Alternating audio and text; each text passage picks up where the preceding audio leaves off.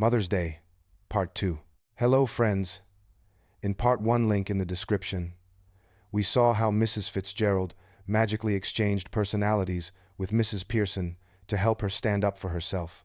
The confident new Mrs. Pearson shocks her children by refusing to serve them and demanding respect.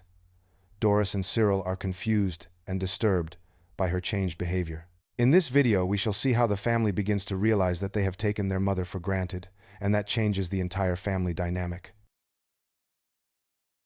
What's the matter? You will see that yourself, Dad. Doris runs out. George looks at Mrs. Pearson. Did she say, "You'll see"?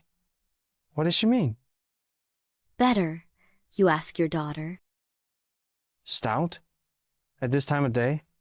What are you drinking stout for? Because I wanted to.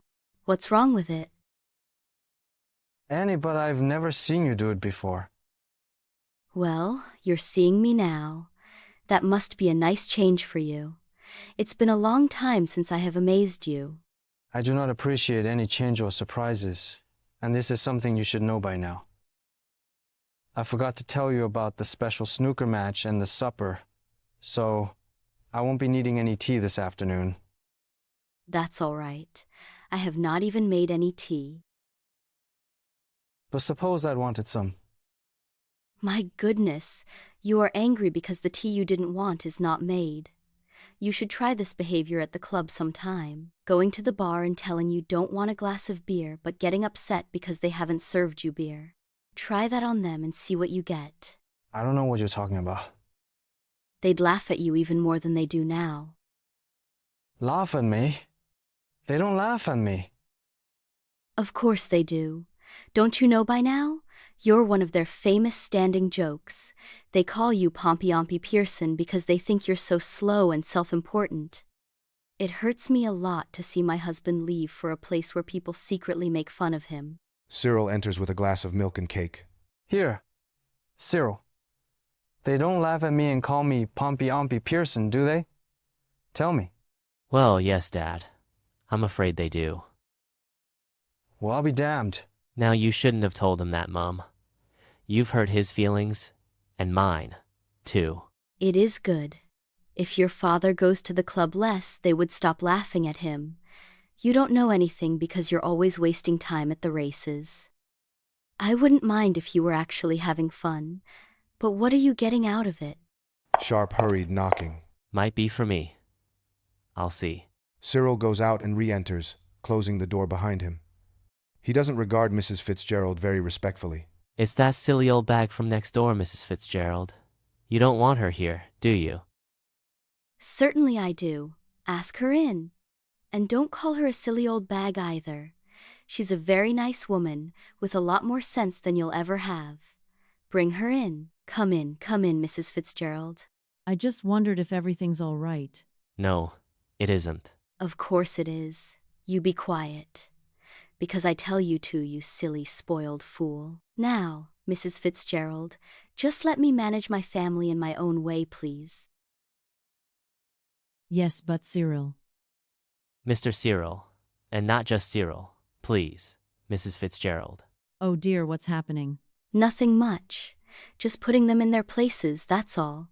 Doing what you must have done long before. Yes, I've told George what they think of him at the club. Oh dear, I wish you hadn't. I have done you good, and that its results would soon be visible. Everyone will start respecting and obeying you. Whatever you want, they'll be doing it, all three of them.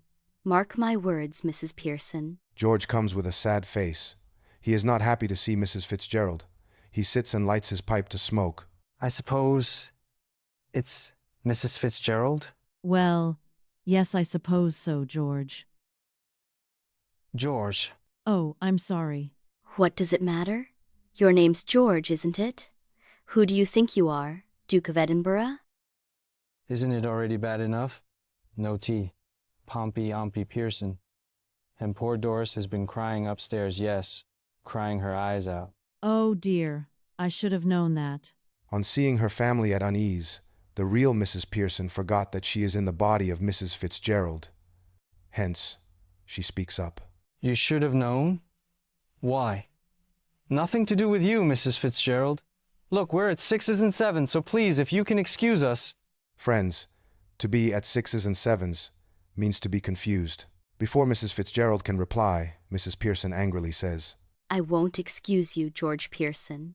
Next time a friend and neighbor comes to see me, just say good evening or how do you do. Don't just enter and sit down without a word. It's bad manners. No, it's all right. No, it isn't all right. We'll have some decent manners in this house. Well, George, why don't you go to your club? Special night tonight, isn't it? They'll be waiting for you wanting to have a good laugh. Go on then, don't disappoint them. That's right. Make me look silly in front of her now. Go on. 6s and 7s. Poor Doris has been crying her eyes out. And you are bringing the neighbors in to see the fun. All right, let her hear it. Have you gone mad or what? If you shout at me again like that, George Pearson, I'll slap your big, fat, silly face. Oh, no, please, Mrs. Fitzgerald. The moment he heard her saying Mrs. Fitzgerald, he gets a shock. Either I'm not in senses, or you two are. What do you mean? No, please. Mrs. Fitzgerald? Look, you're Mrs. Fitzgerald.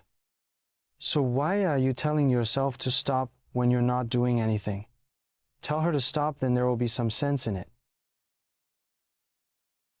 I think you are drunk.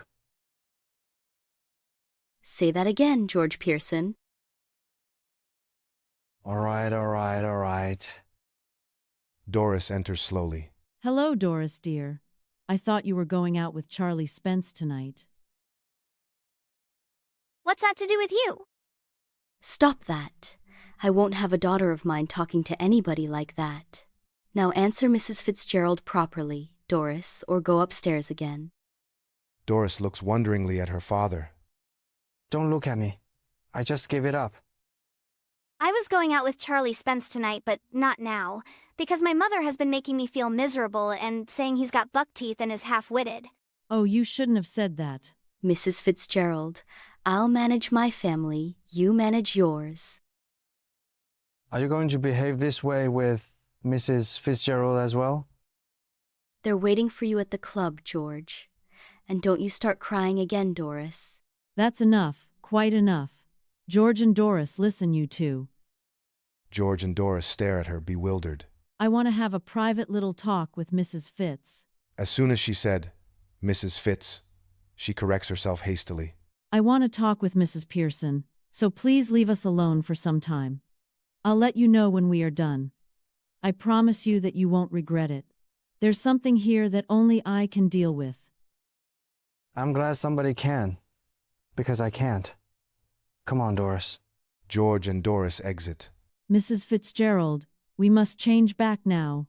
We really must. This has gone far enough. I can see they're all miserable, and I can't bear it. A bit more of that treatment would improve them. No, I can't stand any more of it. We must change back. Hurry up, please, Mrs. Fitzgerald. She agrees, and then they hold hands across the table eagerly but quietly, muttering, exactly as before, Arshtata dum arshtata lam dumbona. They relax, and then come to life. But this time, of course, they become their proper personalities. Ah, well, I enjoyed that. Now listen, Mrs. Pearson. Don't go soft on them again, else it will all go waste. I didn't enjoy that. But I'll try not to be soft on them again, Mrs. Fitzgerald. I'm sure they'll do better now, though I don't know how I'm going to explain all this. Don't you start explaining or apologizing. It's okay for you, Mrs. Fitzgerald, because they aren't your husband and children. Now you listen to me. You admitted yourself you were spoiling them and they didn't appreciate you. Any apologies, any explanations, and you'll be straight back where you were. I'm warning you, dear. Just give them a look, a tone of voice whenever needed. Let's test it once. What is it you would like them to do that they generally don't do?